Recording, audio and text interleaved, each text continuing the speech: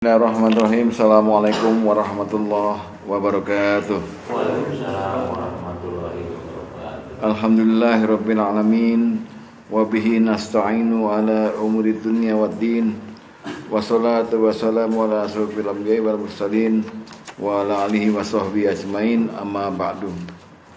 Asyhadu an la ilaha illallah wahdahu la syarikalah al-malikul haqqul mubin. Wa asyhadu anna Muhammadan abduhu wa rasuluhu la nabiyya ba'da shadiqul wa'dil amin. Ma'asyiral muslimin wa zumratal mu'minin rahimakumullah, sahabat nurul iman yang saya cintai karena Allah. Alhamdulillah, semua alhamdulillah hamdan katsiran thayyiban barakan fi. Kita bertemu lagi dalam majelis taklim yang mulia ini. Semoga Allah memberikan ridho, rahmat dan ampunannya pada kita. Amin. Dan kepada yang tidak hadir kita doakan agar yang sakit diberikan kesembuhan, yang ada masalah diberikan jalan keluar. Amin. Rabbal alamin. Masih dalam bab marah. Ya. Sekarang kita masuk ke manajemen marah. Tapi untuk mengingat-ingat lagi, ada gak yang mau nerangin pada saya nih? 1, 2, 3 nih gimana nih? Apa satu? Hukumnya marah apa?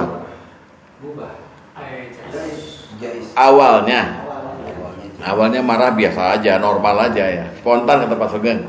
Spontan. Tapi kemudian ada marah yang dilarang oleh Rasulullah dengan beberapa kejadian. Di antaranya Rasulullah pernah menceritakan pada kita rahasianya marah itu timbul dari apa. Pertama Rasulullah bilang, janganlah kamu berprasangka. Nah ini prasangka. Prasangka itu awalnya marah sebenarnya. Karena prasangka adalah sebenar-benarnya sedusta-dustanya perkataan, betul ya? Terus wala tahassasu, dan janganlah kalian saling tahassasu kok menghasut. Saling apa? Membenci. Tahassasu. Membenci. Wala tahassasu, wala tajassasu, wala tabaghadu. Mencari-cari kesalahan. Itu hadis sebut. Ya, wala tahassasu, jangan cari-cari kesalahan. Wala tajassasu, jangan mengintip. Wala tabaghadu, jangan marah. Kata Rasul, jangan saling marah. Terus terakhir wala tadabbaru, jangan saling nyingkur, buang muka. Wa kunu ibadallahi ikhwana, dan jadilah hamba Allah bersaudara. Itu rahasianya marah itu asalnya dari situ, prasangka, cari kesalahan, ya kan? Terus apa lagi? Mengintip, lama-lama nyingkur, cuek-cuekan itu. Jadilah marah. Dan ini dilarang. Lalu ada seorang sahabat pernah datang pada Rasulullah minta nasihat. Usini, wasiyati aku ya Rasulullah. Rasulullah bilang apa? La taqdob, jangan marah. Lalu ada kesempatan lain sahabat yang minta, berikan saya ilmu ya Rasulullah. Ilmu yang bisa menjauhkan saya dari neraka dan mendekatkan saya pada surga. Kata Rasulullah, la taqdob walakal jannah. Jangan kamu marah, bagimu surga. Itu dasarnya hukumnya. Jadi hukumnya tadinya boleh, ya. Sekarang menjadi makruh, menjadi haram marah tuh. Marah yang gimana yang haram? Nah, ada sebab-sebabnya kan. Di antaranya ada emosi soal kesukuan, etnis, kebencian, ada yang lain ya. Sombongan dan sebagainya. Nah, itu kan dihukumnya. Terus apa lagi? 2, 3. Ya, sebab marah udah ya. Terus yang 3? Ada syar'i apa itu? Ya Rasulullah yang terangin tuh, ya. Di antaranya Rasulullah pokoknya marah yang kira-kira tujuannya bukan karena untuk diri sendiri, tapi ada larangan Allah yang dilanggar, kehormatan Allah yang dilanggar, dia membela agama Allah melalui marah. Boleh, tuh ya. Jadi untuk kepentingan agama. Nah, selanjutnya sekarang kalau kita jatuh kepada suasana marah, hati kita emosi, entah itu yang mana terserah, supaya marahnya terkontrol dengan baik. Islam mengajarin manajemen marah dengan 4 langkah. Langkah pertama, Rasulullah suruh baca ta'awudz. Wah, kalau kita marah nih udah mau meledak nih, tapi hati udah muncak nih. A'udzubillahi minasyaitonirrajim. Dadanya ketok gini. A'udzubillahi. 1, 2, diem. Diam dalam arti jangan jidal. jangan ditanggapin. Malah kita makin gede, jangan. Ngomong apa terserah, diem. Ya kan? Lalu yang ketiga, wudu. Jadi ya, stepnya pertama baca ta'awudz. A'udzubillahi minasyaitonirrajim. Yang kedua diem. Yang ketiga wudu. Karena wudu ini disuruh Rasulullah begini, sesungguhnya marah itu dari setan. Setan dari api. Api hanya bisa padam dengan air. Maka jika kamu dalam keadaan marah, berwudulah agar si api kemarahannya jadi cair, padam. Dan yang keempat terakhir, pindah posisi. Dari berdiri, duduk. Duduk gak bisa, berbaring menghadap kanan. Ya, dari berdiri gak bisa, masih marah, duduk menghadap kanan. Jika ini gak bisa juga, langkah terakhir kalau benar-benar udah marah, yang penting pertimbangkan dengan akal sehat, jangan pukul. Jika terpaksa memukul, pukullah, jangan di bagian wajah.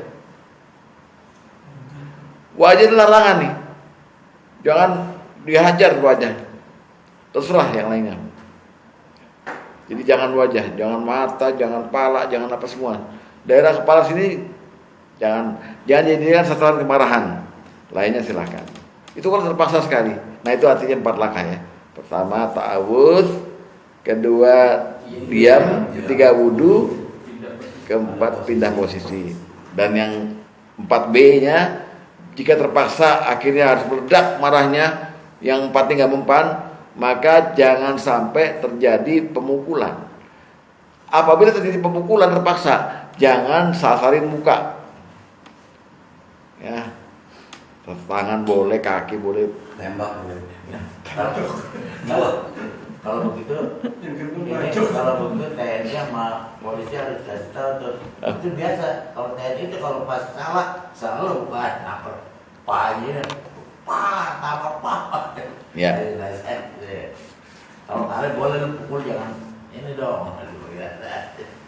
Ya kita lihat. Kita buka hadis nomor 1 mengenai ta'awudz.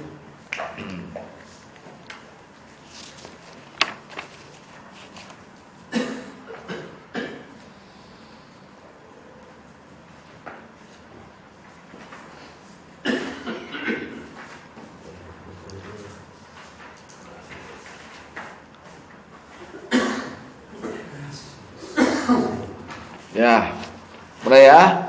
Hadis nomor 1, kamu udah deh. Nah. Dari Mu'adz bin Jabal radhiyallahu anhu, dia berkata, 2 orang lelaki saling memaki di dekat Nabi SAW. Ingat ya, ada 2 orang laki-laki berantem mulut dekat Nabi, hingga kemarahan nampak di wajah salah seorang di antara keduanya. Nabi SAW kemudian berkata, lihat, la'alamu kalimatan law qalaha tadhaba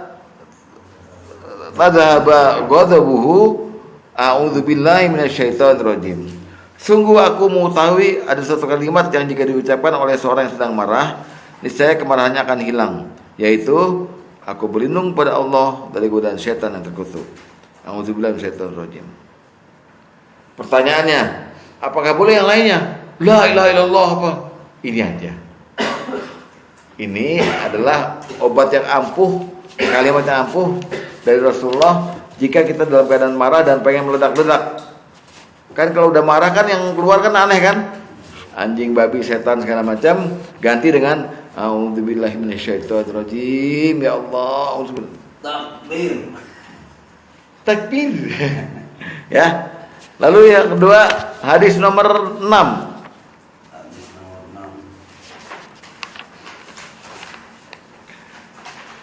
Kata Rasulullah, ajari manusia, mudahkanlah dan janganlah kalian mempersulit mereka. Alimu wa yassiru wa la tu'assiru. Wa idza ghadiba ahadukum falyaskut. Dan jika salah seorang di antara kalian marah, maka diamlah. Diam dalam makna utama, jangan berdebat. Jangan menanggapi, jangan berdebat. Sebenar apapun kita, sesalah apapun dia, diamin aja. Biarkan dia puas dengan semua cacian makian pada kita. Nanti tenaganya habis. Kalau tenaganya habis, wordnya menurun, powernya kurang, selesai marahnya. Pepesan kosong disebutin. Tapi kalau dia marah, kita tanggapin, api ketemu api, makin gede. Canggih ya? Ya, jadi dari mulai baca ta'awuz, nggak mempan, maka diam. Yang ketiga, hadis nomor 3. Apa kata Rasulullah? Innal ghadaba minasyaiton. Kemarahan itu dari setan. Wa inna syaitona khuliqa minan nar. Dan setan terbuat dari api. Wa inna ma tudfa'un naru bil ma. Dan api hanya bisa padam dengan air. Fa iza ghadiba ahadukum falyatawaddo. Oleh karena itu jika seorang di antara kalian marah, maka berwudulah. Wudu. Logika yang dibangun Rasulullah, marah dari setan, setan dari api. Api cuma bisa padam dengan air. Maka kalau Anda marah, padamin apinya dengan air, gitu loh. Dengan wudu. Nah, jadi pertama apa tadi? Ta'awuz, diem, wudu. Terakhir, hadis nomor 10. Dari Abu Dzar, dia berkata, sesungguhnya Rasulullah SAW bersabda pada kami, "Idza ghadiba ahadukum wa huwa qa'imun." Jika seorang kalian sedang marah dan dalam kondisi berdiri, falyajlis, maka hendaklah dia duduk. Ya, dengan itu emosinya bisa reda. Fa in zahaba anhul ghadab wa illa. Ya, dengan itu reda. Jika kemarahannya belum juga hilang, wa illa falyataji', maka hendaklah dia berbaring dalam posisi miring. Tapi lihat-lihat kalau marahnya orang yang lagi marah di depan kita berbaring ngeledek sana. Gue lagi ngomong sama lu, ngapain lu? Duduk. Lihat-lihat. Ya. Jadi enggak, memang pindah posisi membuat otak refresh, Pak. Dari berdiri yang udah akal udah hilang itu duduk dulu. Ulang lagi. Auzubillahi minasyaitonir rajim. Enggak hilang juga, wudu lagi. Tuh orang bilang lu mau sholat. Lu mau sholat apa marah? Nah, itu. Nah, 4 ini adalah langsung dari Rasulullah. Bisa didebat sama Bapak memang. Gak efektif buat saya, terserah. Tapi dicoba deh. Kalau Bapak memang merasa diri pemarah, tolong jalanin yang 4 ini. Gak ada gunanya berdebat sama orang marah. Diem. Hah? Udah praktek? Kalau ngomel-ngomel gimana? Iya. Loh, kalau yang ngomel-ngomel istri di rumah, paling ngomelnya kan soal ya apa duit itu. Bapak langsung auzubillahi cabut dia. Wah, setan nih gitu. Sekali saya marah, wudu aja dulu dah.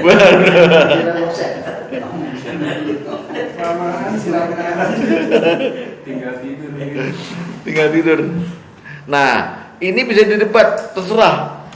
Tapi ternyata Islam memanage marah nggak sampai sini. Ini adalah manajemen untuk orang yang memang sudah mau meledak marahnya, udah nggak ketahan lagi. Boleh, monggo silakan. Ada lagi cara sebelum kita mulai marah, kita lagi biasa aja nih ngobrol atau apa gitu. Udah dicetak kita udah mengeset diri kita untuk jadi orang yang tidak memarah. Pertama, dengan 4 langkah juga. Pertama, sabar. Sabar ini paling susah. Tapi sabar udah banyak. Sabar yang dalam bab ini, sabar menghadapi gangguan orang. Sabar dengan mulutnya orang. Kadang kita nggak sabar. Ada orang manggil kita anjing gitu misalnya gitu. Kita langsung emosi. Ngomong apa lo? Enggak boleh. Sabar aja. Kalau dibilang anjing, nyet. Balas saya nyet, bernyet. nggak apa. Ya. Ya aja ya babi. Nggak dosa. Karena hukum kisah sampai situ. Gigi dibayar gigi, mata dibayar mata, bentakan dibayar bentakan. Nggak dosa. Selama nadanya sama. Kalau dipanggil anjing, babi, gitu aja. Jangan anjing, ini lebih keras. Wah, setan mau jangan. Sama aja, datar aja, nggak dosa. Daripada gitu kan, daripada gitu. Jadi sabar. Nah, suruhan Allah mengenai sabar kepada orang dalam Quran tercantum. Bukan nggak tercantum. Sabar tercantum. Lihat surat Ali Imran. Ali Imran 186.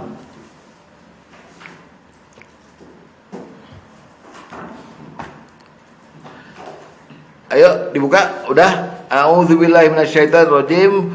Latublawunna fi amwalikum wa anfusikum.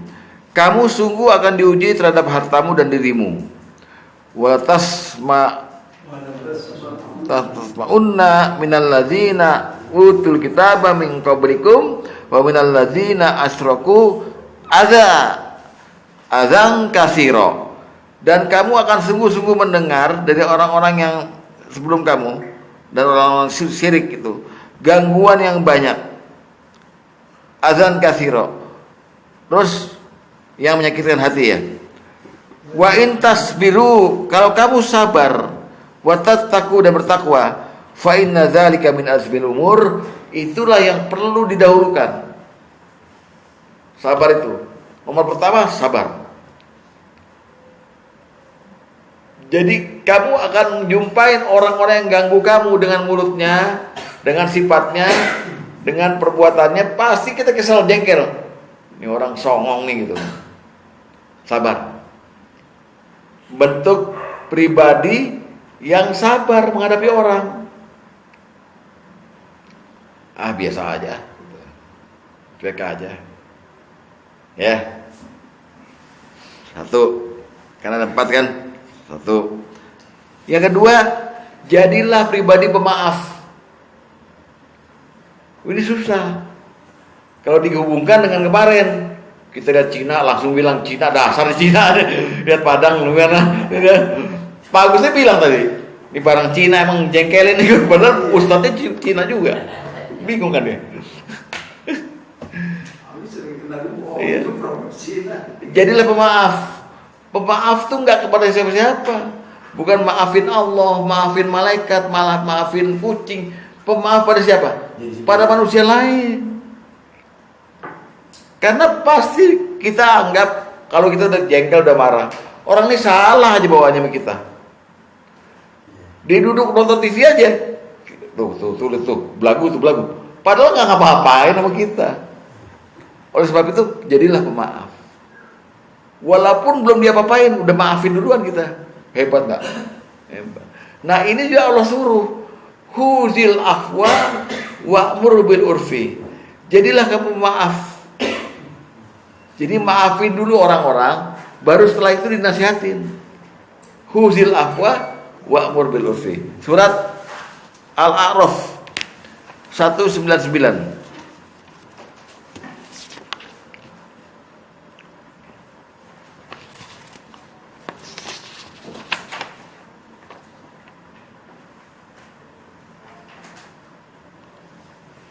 Ya.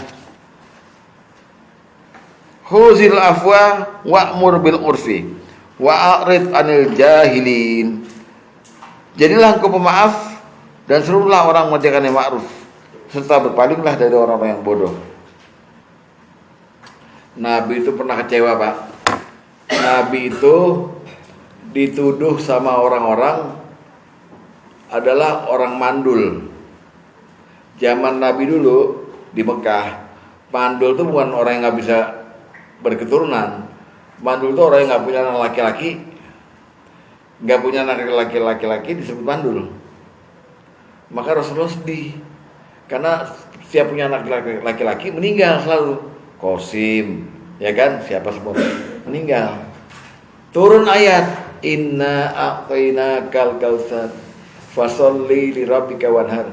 Inna syani'aka huwal abtar. Orang yang membenci kamu, dia yang mandul. Dia yang abtar, bukan kamu. Kata Allah. Ngerti ya? Jadi jadilah pemaaf. Biarin aja. Nah, maafin yang level tinggi, maafin sambil maklumin. Maaf, fa'fu wa musafahah, dan lapang dada. Susah loh. Maafin dong bisa, iya gue maafin loh. Jangan gitu lain kali. Nah itu belum maafin. Iya, masih ganjel. Tapi maafin, lapang dada. Ini yang Allah suruh pada Abu Bakar radhiyallahu anhu waktu Siti Aisyah difitnah. Anak perempuan satu-satunya. Enggak satu-satunya sih, anak perempuan pertama ya. Difitnah orang. Istri Nabi loh itu. Difitnah berselingkuh sama Sofwan. Abu Bakar marah. Tahu yang memfitnah itu adalah karyawannya sendiri. Karena Abu Bakar punya perusahaan nih. Ya, peternakan. Karyawannya yang bilang bahwa Aisyah berselingkuh. Lalu dia bilang, saya bersumpah saya tidak akan pernah lagi bersedekah sama kamu. Gajimu saya potong. Turun ayat An-Nur ayat 22. Maafkan saja. Jangan sumpah kayak gitu kata Allah. Maafkan dan lapanglah dadamu. Maafin. Untuk orang yang menyakitkan hati, Allah suruh maafin. Jadilah pribadi pemaaf.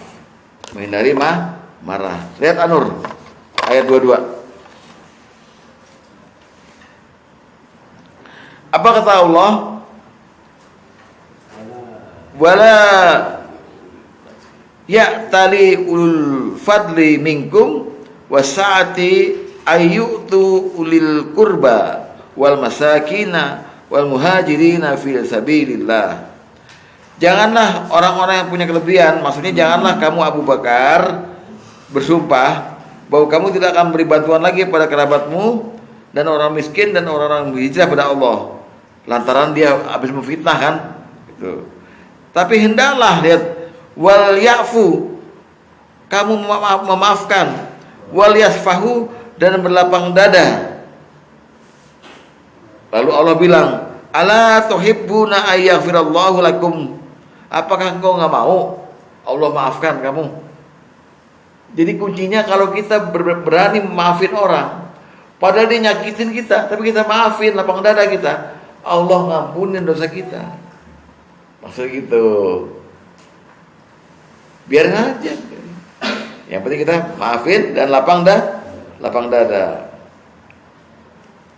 Terus cara maafin supaya plong, kita sekarang tanam di sini bahwa setiap manusia dari mulai kapan sampai kapan, kecuali para nabi, pasti tepat salah. Manusia itu pasti tepat salah. Jadi kalau dia buat salah sama kita, wah manusia. Itu loh. Maklumin, jangan gue tahu dia itu kan orang alim. Kok gitu amat sifatnya? Dibahas, dibacain depan orang-orang. Jangan, enggak usah. Kalau dia buat salah, ya udah dia manusia. Maafin. Nah, ini disebut dalam hadis nih. Hadis nomor 9. Kata Rasulullah, kullu bani adama khata wa khairul khata'in at-tawwabun. Semua anak Adam melakukan kesalahan, dan sebaik-baik yang berbuat salah adalah yang bertobat. Jadi kalau ada orang buat salah sama kita, dia udah minta maaf sama kita, ya udah maafin. Kita jadi menahan marah kita. Tadinya pertama sabar, tambah dengan pemaaf. Ada lagi orang Arab itu punya pepatah, lihat. Dalil nomor 2. Lihat. Itu bukan hadis ya. Itu pepatah Arab ya. Al-insanu mahalul khata'i wa nisyan. Manusia itu tempatnya salah dan lupa. Wajar. Tapi yang enggak pernah salah siapa? Nabi kan. Nabi itu nggak pernah salah. Wali Allah punya salah tapi dikit. Ustadz banyak. Yang bukan ustadz lebih banyak lagi. Saya lagi ya. Nabi dosanya nggak ada, maksum. Wali Allah, wali lah, tuh. Dikit dosanya. Ustadz banyak. Yang bukan ustadz, wah hancur lebih parah. Makanya ngaji Pak supaya dosanya dikit. Banyak Pak. Yakin saya. Orang yang nggak tahu agama pasti banyak dosa. Gitu.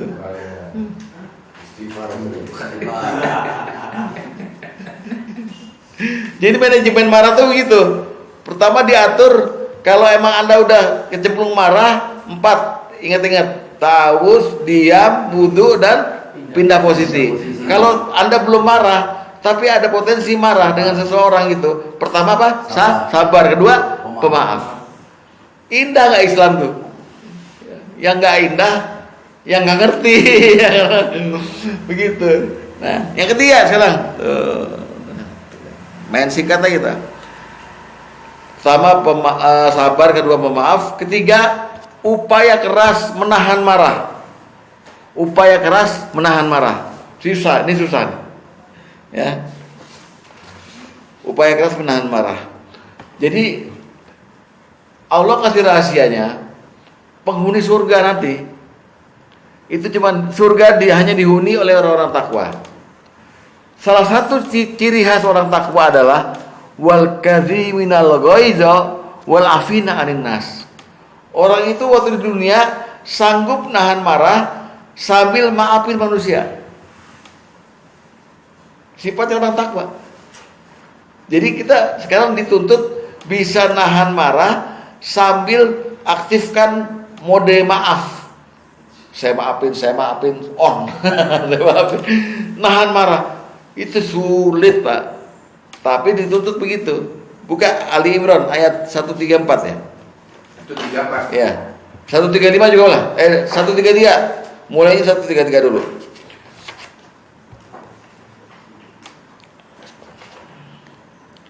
Apa kata Allah? Wasari'u ila maghfiratin min rabbikum wa jannah arduhas samawati wal ard uiddat lil muttaqin. Dan bersegeralah kamu ke dalam ampunan Allah dan surga yang mengalir sungai-sungai dalamnya disediakan untuk orang yang bertakwa. Yaitu mereka yang bertakwa, alladzina yunfikuna fis sarra'i wad dharra, orang yang berinfak dalam waktu lapang dan sempit. Kemudian yang kedua, wal kadziminal ghaiza wal afina 'anil nas, orang yang sanggup menahan marah dan memberi permaafan. Jadi tidak ada kewajiban orang Islam minta maaf. Yang ada kewajiban memaafkan. Ingat nih, memaafkan. Udah pokoknya kita sekarang 0-0. Enggak ada masalah gitu. Ya. Ya Bang Aman nyantetnya begitu dong, gue kayaknya maafin enggak maafin ya. Iya.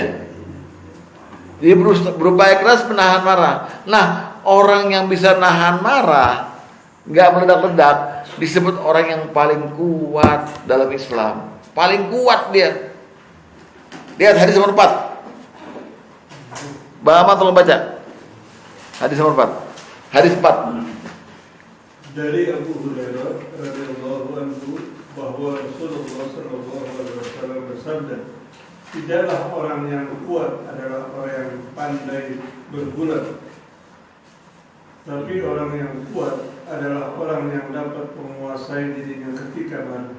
Innamas syadidul ladzi yamliku nafsahu indal ghadab. Tapi orang kalau bisa menguasai diri waktu marah, marahnya wibawa Pak. Pak Tom. Marahnya wibawa. Kalau waktu marah dia menguasai diri nih, nggak emosi nggak apa, warnanya wibawa keluarnya. Gimana gitu orang, iya Pak, ya gitu. Ah iyalah, cuma nama doang, takut semua. Ya, jadi orang kuat. Lagi coba Pak Agus, hadis nomor 7. Nomor 7 lihat. Dari Abdullah bin Mas'ud kepada para sahabat, menurut kalian siapakah orang yang kalian anggap paling kuat? Abdullah bin Mas'ud berkata, kami menjawab, yaitu orang yang tidak dapat dikalahkan oleh orang lain. Rasulullah berkata, bukan itu yang dimaksud dengan orang yang paling kuat. Walakinnahu allazi yamliku nafsahu indal ghadab. Tetapi orang yang paling kuat adalah orang yang dapat menguasai dirinya ketika sedang marah. Ya. Bapak pulang kantor dari luar kota, bilang mau ke Batam 2 minggu. Seminggu bapak udah pulang, kangen sama istri. Maklum kita kan orang muslim, nggak mungkin selingkuh di luar kan ya. Paling pulang mau ketemu istri. Istri lagi pergi sama Pak RT naik mobil ke puncak. Ada yang lihat, kita nyusul sana. Tuh waktu bapak nyusul lihat istri makan di restoran sama Pak RT itu, bapak langsung ninju Pak RT apa saya maafkan kamu gimana? Saya maafkan Pak RT gitu. Langsung dihajar apa saya maafkan Pak RT. Ayo terusin, dipakai gitu. Yang mana yang bapak pilih? Enggak, ini soalnya kita mesti dikasih kasus yang begini nih Pak, yang membuat mendidih darah gitu loh. Tidak usah marah, ceraikan dia. Bagus. Itu syari. Kamu nggak ikut anak-anak, kamu udah tua, udah peyot. Saya ceraikan kamu. Nah, itu tapi marah, tetap marah. Nah itu enggak, nanti bapak akan ketemu kasus-kasus di mana harga diri paling tinggi ini tersentuh, terusik gitu. Saya harus parah nih. Ya silakan. Asal ingat tadi. Berarti saya di posisi yang mana? Oh, posisi nyemplung saya. Oh, posisi belum nyemplung. Kalau ada dengar gosip, misalnya kita punya istri gitu, ada main mata dengan orang lain, baru gosip gitu. Nyelidikinya jangan sambil marah. Nggak bakal ketemu. Pelan-pelan, detektif, santai, dan ketemu ntar. Tahan marah. Ya. Jadi apa tadi?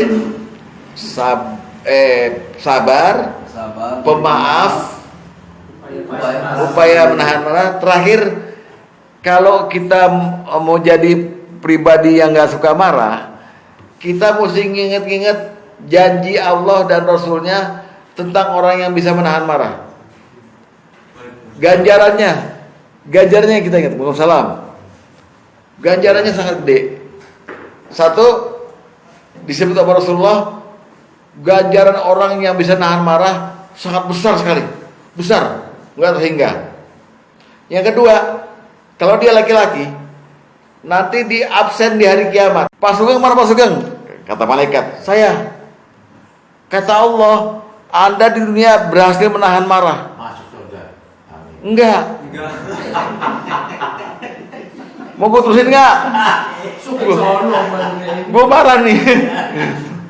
Sekarang saya kasih kamu hadiah, pilih ini perempuan bidadari yang kamu inginkan. Saya kawinkan sekarang sama dia. Kalau laki-laki, kalau perempuan, pilih ini pangeran. Allah yang suruh milih sendiri di hadapan semua manusia. Gara-gara di dunia ini dia sanggup nahan marah.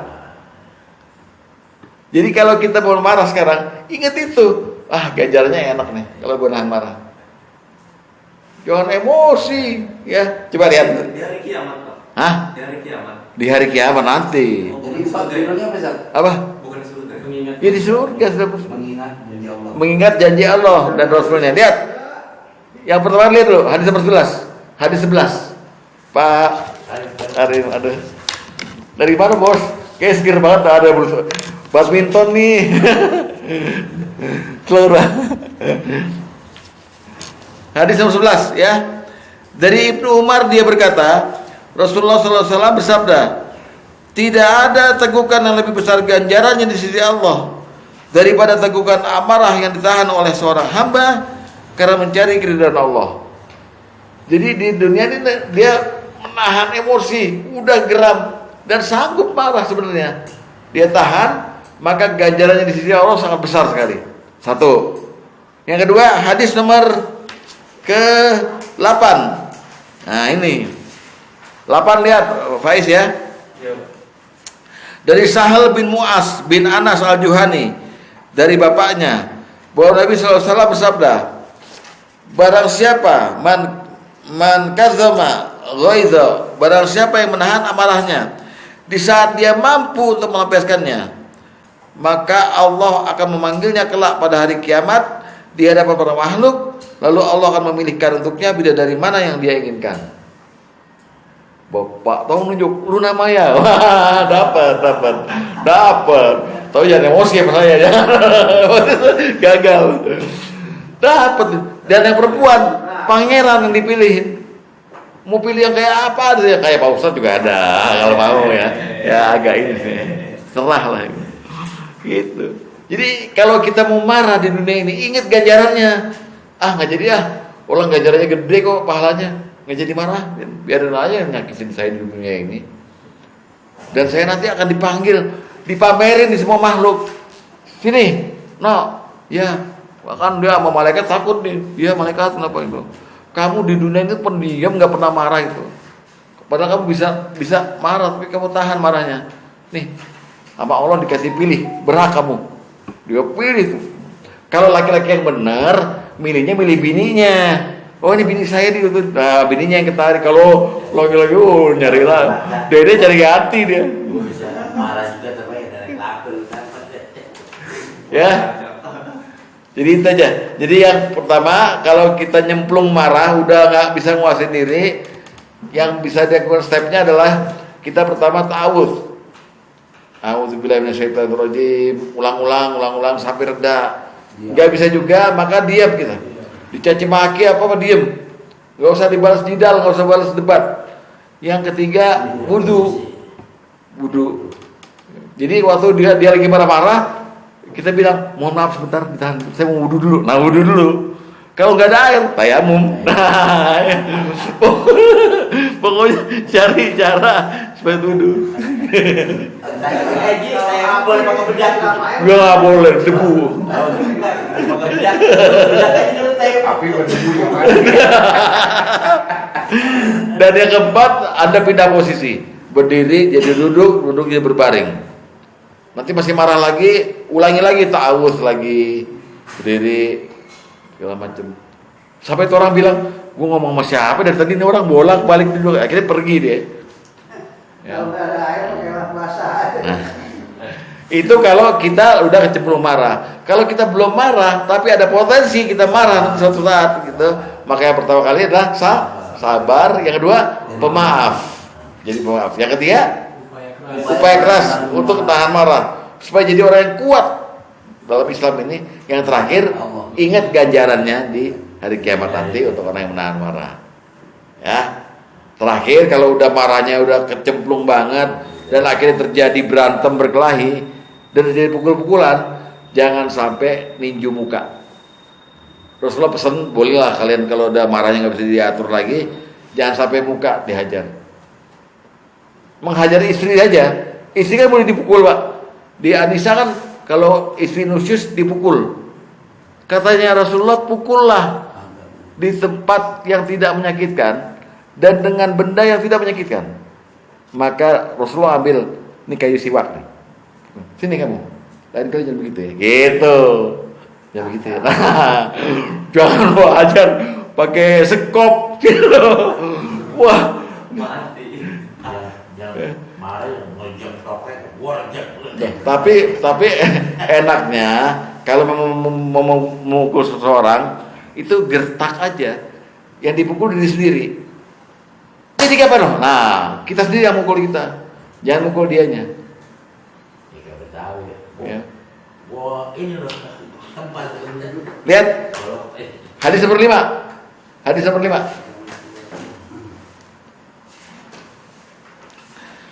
Dari Abu Hurairah, dia berkata Rasulullah SAW bersabda, "Iza qatala ahadukum akhahu fala yaltimannal wajh." Jika salah seorang dari kalian sedang marah atau bertengkar dengan saudaranya, maka janganlah memukul pada bagian wajah. Jangan sampai wajah, Pak. Kenapa? Ternyata saya sudah ngalamin sendiri.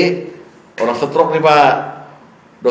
Dokter nerangin saraf yang terbanyak yang mengatur semuanya dari otak, adanya di wajah.